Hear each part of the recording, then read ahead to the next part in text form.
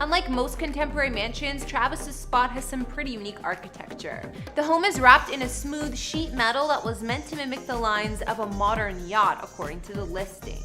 Either way, his mansion looks and feels more like a resort. Walking in the structure's glass front door, you'll see a floor-to-ceiling walnut sculpture designed by a master Japanese carpenter. Across from it, there's a 12-foot green wall, which acts as a natural air purifier. Not only is the entryway spacious, offering high ceilings, it then connects to the completely open main level of Travis's new home.